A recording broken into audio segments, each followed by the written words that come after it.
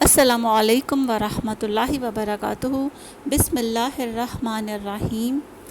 آج کا جو ہمارا حدیث کا ٹاپک ہے وہ ہے قرآن پڑھنا اور پڑھانا۔ ان عثمان رضی اللہ تعالیٰ عنہ عن النبی صلی اللہ علیہ وآلہ وسلم قال خیرکم من تعلم القرآن وعلمہ۔ کتاب فضائل القرآن 5027 صحیح بخاری۔ عثمان رضی اللہ تعالیٰ عنہ نبی کریم صلی اللہ علیہ وآلہ وسلم سے روایت کرتے ہیں، آپ صلی اللہ علیہ وآلہ وسلم نے فرمایا، تم میں سب سے بہتر وہ شخص ہے جو قرآن سیکھے اور اسے سکھائے۔ اب دیکھیں اس میں قرآن سیکھنے سے مراد کیا ہے کہ قرآن کے الفاظ کے تلفظ کو سیکھنے کے ساتھ ساتھ ان کا معنی اور مطلب بھی سیکھنا۔ ایک تو ہم خالی ناظرہ پڑھتے ہیں نا، اس کے ساتھ ساتھ سمجھنا کہ قرآن ہم سے کہہ کیا رہا ہے۔ اللہ تعالیٰ نے اتنی پیاری کتاب ہمارے لیے اتاری، اور اگر ہم اس دنیا میں آ کے یہی نہ سیکھ پائیں کہ قرآن ہم سے کہہ کیا رہا ہے، بس ایک جلدی جلدی سے مطلب جیسے ریڈنگ کی طرح کر لی، نہیں، آپ اس کو سمجھ کے پڑھیں، پھر اس کی مزید وضاحت اور شان نزول جاننا کہ کیا اس صورت کے پیچھے کیا تھا، کیا بڑا مزہ آتا ہے بندہ جب پڑھتا ہے۔ قرآن کی سٹوریز تو بہت مزیدار ہیں، ایک دفعہ آپ کا لگ جائے دھیان اس میں تو پھر بندے کو دل کرتا ہے اور سیکھے اور سیکھے، پھر اس پر عمل کرنا اور اس کو آگے سکھانا، گویا انسان سیکھنے اور سکھانے میں مشغول رہے۔ سیدنا عقبہ بن عامر رضی اللہ تعالیٰ عنہ سے روایت ہے، وہ کہتے ہیں کہ رسول اللہ صلی اللہ علیہ وآلہ وسلم تشریف لائے اور ہم صفا میں تھے، تو آپ صلی اللہ علیہ وآلہ وسلم نے فرمایا، تم میں سے کون یہ پسند کرتا ہے کہ وہ روزانہ صبح بطحان کی طرف یا عقیق کی طرف جائے۔ اب یہ بطحان اور عقیق جو ہے وہاں دو منڈیاں لگتی تھیں، یہ جگہ کے نام ہے جہاں منڈیاں لگا کرتی تھیں،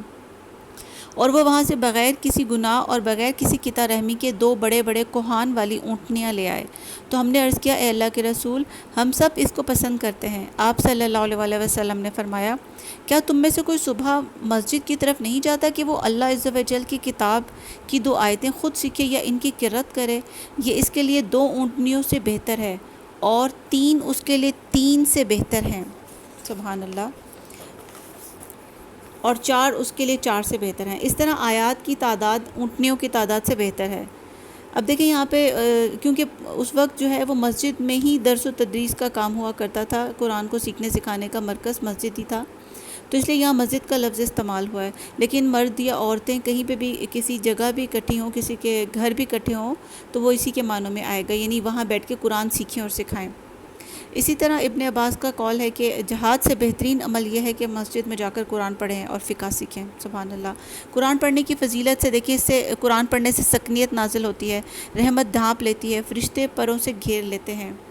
ایسے لوگوں کا ذکر اللہ کے ہاں ہوتا ہے، سبحان اللہ، کتنا بڑا درجہ ہے۔ دنیا کی دیکھیں، دنیا کے معاملے میں تو ہم ہر وقت آگے نکلنے میں لگے رہتے ہیں، لیکن دین کے معاملے میں ہم اس بارے میں زیادہ نہیں سوچتے کہ آخرت میں ہم بلند درجات کیسے پائیں، یا اس کو پانے کے لیے ہمیں کیا کیا کوشش کرنی چاہیے۔ اس لیے پلیز کوشش کریں کہ جتنا بھی قرآن آپ پہلے تو خود پڑھیں اور سیکھیں، اور پھر آگے ضرور سکھائیں، چاہے ایک آیت ہی ہو۔ جیسے کہ ایک حدیث ہے کہ حضور صلی اللہ علیہ وسلم نے فرمایا کہ جس نے اللہ کی کتاب کی ایک آیت بھی کسی کو سکھا دی، مثال کے طور پہ آپ لوگوں کو میں اس لیے چھوٹی صورتیں چونکہ ہم سب کو یاد ہوتی ہیں، ہم نمازوں میں بھی پڑھتے ہیں، جیسے کسی کو قل هو اللہ احد ہی سکھا دی، تو جب تک اس کی تلاوت کی جائے گی سکھانے والے کو بھی ثواب ملتا رہے گا۔ آپ لوگ چاہیں تو اپنے کسی میڈ یا ان کے بچوں کو یا کسی چوکیدار کے بچوں کو کسی کو بھی پڑھا سکتے ہیں، یا اپنے گھر کے کسی بزرگ کو ایک ایک آیت ہی روزانہ سکھا دیں، تو دیکھیں جب تک پڑھے گا کوئی تو آپ کو بھی ثواب ملے گا۔ بچوں کو ناظرہ خود بھی پڑھائیں، لیڈیز خاص طور پہ بچوں کو ناظرہ خود بھی پڑھائیں، قاری صاحب تو لگے ہوتے ہیں لیکن خود بھی پڑھائیں، ساتھ میں ان کو ترجمہ بتائیں تاکہ بچوں کو بچپن سے عادت ہوگی، ہاں قرآن ہم سے کچھ کہہ رہا ہے، اللہ تعالیٰ ہم سے کوئی بات کریں، ان کو سیکھنے سکھانے میں مزہ آئے گا۔ بس آپ ان باتوں کو خود بھی عمل کریں اور آگے بھی شیئر کریں۔ جزاک اللہ، سبحانک اللہم